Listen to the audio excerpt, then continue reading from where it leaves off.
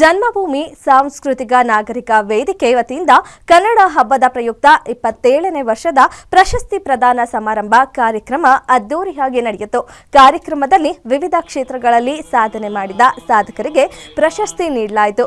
Hoysala Maurya police ರತ್ನ, ಪಾಲಿಕೆ ರತ್ನ, ಜ್ಯೋತಿಷ್ಯ ರತ್ನ, ಶಿಕ್ಷಣ ರತ್ನ, ಆದರ್ಶ ರತ್ನ, ಸಂಗೀತ ರತ್ನ, ಅರ್ಚಕ ರತ್ನ, ನಾಗರಿಕ ರತ್ನ, ಮಹಿಳಾ ರತ್ನ, ಕನ್ನಡ ರತ್ನ, ಕ್ರೀಡಾ ರತ್ನ, ಅಬ್ದುಲ್ ಕಲಾಂ ಪ್ರಶಸ್ತಿ ಹಾಗೂ ವಿದ್ಯಾರ್ಥಿಗಳಿಗೆ ತಾರಾಸು ಪ್ರಶಸ್ತಿ ನೀಡಿ ಗೌರವಿಸಲಾಯಿತು. ಇನ್ನು ಮಾಧ್ಯಮ ರತ್ನ ಪ್ರಶಸ್ತಿಯನ್ನ ಗ್ಯಾರಂಟಿ ನ್ಯೂಸ್ನ ಕಂಟೆಂಟ್ ಎಡಿಟರ್ ಆಗಿರುವ ಮಹೇಶ್ ಕುಮಾರ್ ಅವರಿಗೆ ನೀಡಿ ಸನ್ಮಾನಿಸಿ ಗೌರವಿಸಲಾಯಿತು.